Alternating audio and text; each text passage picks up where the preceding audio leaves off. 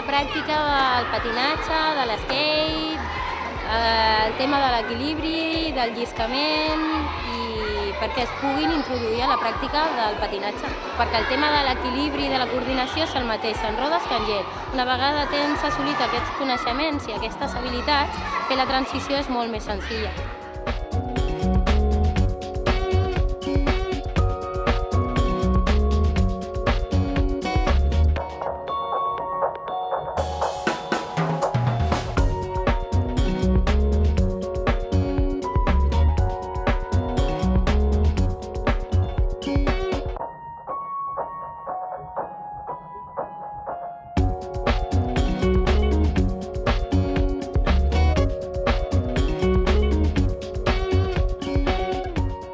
En 4 sessions es pot aprendre el bàsic, hi ha nens que ja en saben i a partir d'aquí poden agafar les ganes de practicar aquest esport ja dedicant-hi més hores. És un bon inici per la gent que tingui facilitat i li agradi, comenci a practicar-lo més endavant.